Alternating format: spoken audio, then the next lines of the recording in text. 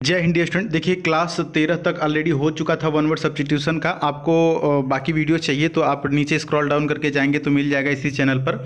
आपको पता है कि ईडीएम्स का मैंने 20 वीडियो तक कंप्लीट करा दिया, 20 क्लास तक।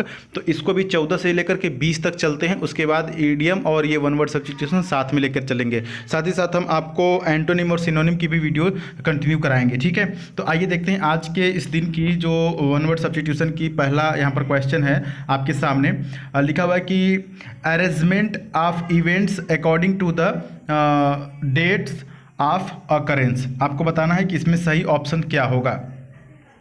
Arrangement of events according to the dates of occurrence. Occurrence का मतलब क्या होता है? अकरेंस का मतलब होता है कोई भी घटना, ठीक है। तो कहने का मतलब ये है कि इवेंट्स जो है कि इवेंट्स की तारीखों के अनुसार घटनाओं की व्यवस्था। यहाँ पर अगर ऑप्शन नंबर ए देखेंगे तो एनालॉगी लिखा हुआ है। एनालॉगी का मतलब होता है समानता या सादृश्य, और ट्रिलॉगी का मतलब होता है, ट्राइलॉगी का मतलब होता है कोई भी तीन तरह की एक चीज़ें, जैसे 3 फिल्मों का संग्रह या 3 उपन्यासों का संग्रह या 3 फिल्मों का या 3 नाटकों का संग्रह या समूह, ठीक है। बाकी थियोलॉजी का मतलब होता है, थियो देखिए THEO, ये शब्द कहीं पर भी आ जाए तो इसका मतलब होता है कि थियो मतलब क्या होता है? गॉड होता है। थियो मतलब गॉड यानी ईश्वर। तो भगवान के अध्ययन के बारे में, धर्म के अध्ययन के बारे में, स्टडी ऑफ गॉड या स्टडी ऑफ रिलीजियन, धर्म के बारे में अध्ययन, दैट इज़ थियोलॉजी। तो यहाँ पर बाकी के ऑप्शन गलत हैं, तो ऑप्शन नंबर सी सही होगा। क्रोनोलॉजी, क्रोनोलॉजी का मतलब होता है काल क्रम या घटनाक्रम, ठीक है।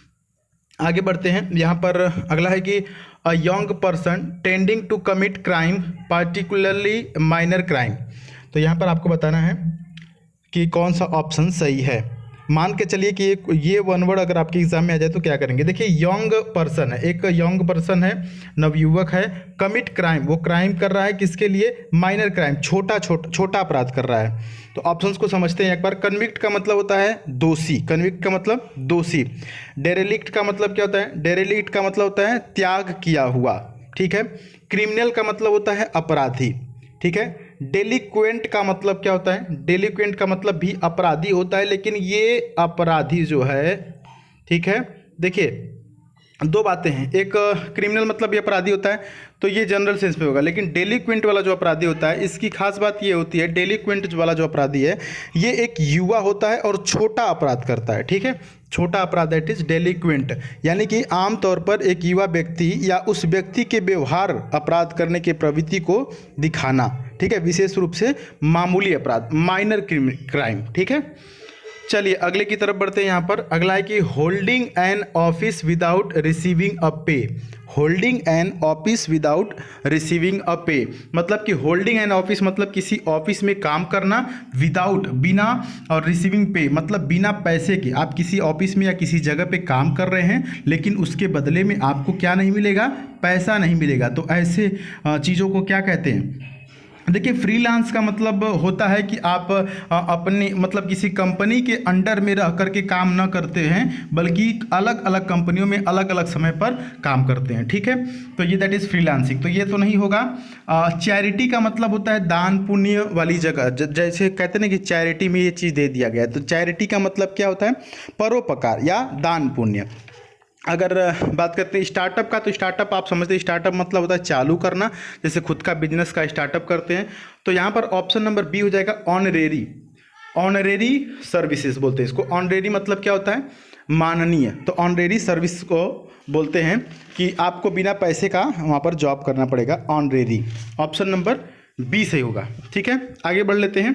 अगला है कि a person with the same name as another मतलब कि एक ऐसा व्यक्ति है जिसका सेम नाम है जो कि आपका नाम है। मान लेते हैं कि आपका नाम अगर पवन है तो दूसरे का भी क्या नाम होगा? पवन। अगर आपका नाम अभय है तो आप उसका भी नाम क्या होगा? अभय होगा। मतलब सेम नेम, ठीक है।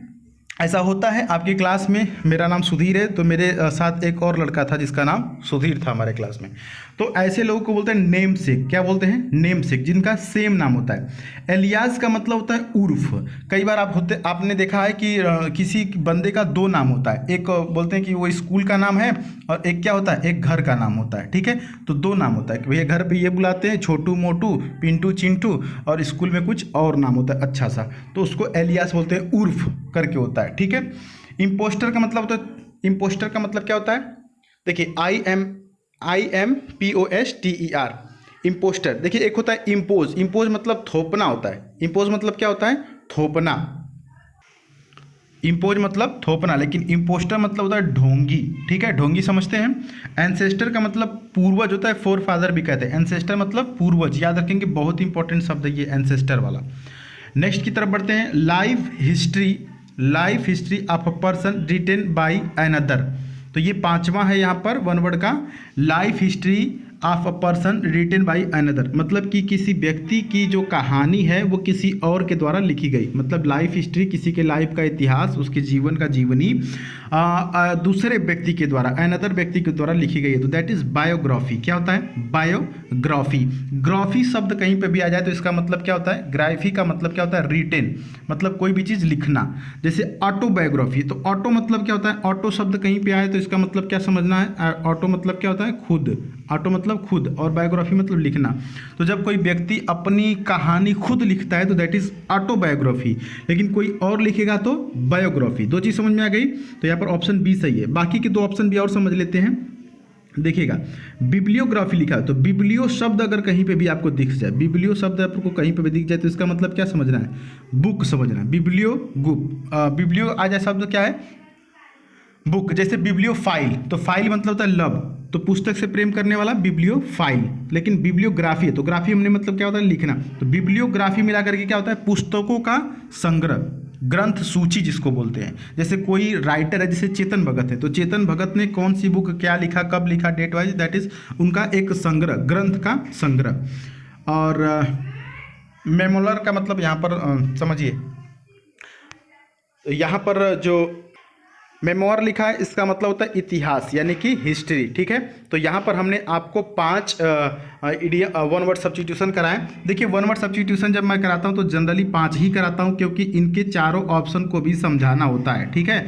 तो यहाँ पर अगर आप जो ये जो ऑप्शंस दिए जाते हैं वन वर्ड में ना, ये ऑप्शंस भी ऐसे होते हैं जो कि आपके एग्जाम में पूछे जाते हैं, मतलब ये ऑप्शंस भी किसी न किसी का वन वर्ड ही होता है, जैसे मैंने अलग से इन सभी को एक्सप्लेन किया। तो ये यहाँ पर रहा 5, तो ऐसे ही हम आपको आगे कंप्लीट कराएंगे। बाकी आपकी कोई भी डाउट्स है या आपकी कोई राय है तो आप कमेंट बॉक्स में लिख सकते हैं। चैनल पर नए तो जरूर सब्सक्राइब करिएगा डियर स्टूडेंट। और हम एक बार आपसे कहेंगे कि वन वर्ड की जो बाकी की वीडियोस हैं आप नहीं देखे हैं तो ज़रूर देखिएगा, और ईडियम्स की हमने 20 वीडियो आपको करा दिए हैं, तो 20 क्लास ज़रूर देखिएगा, बहुत इंपॉर्टेंट है।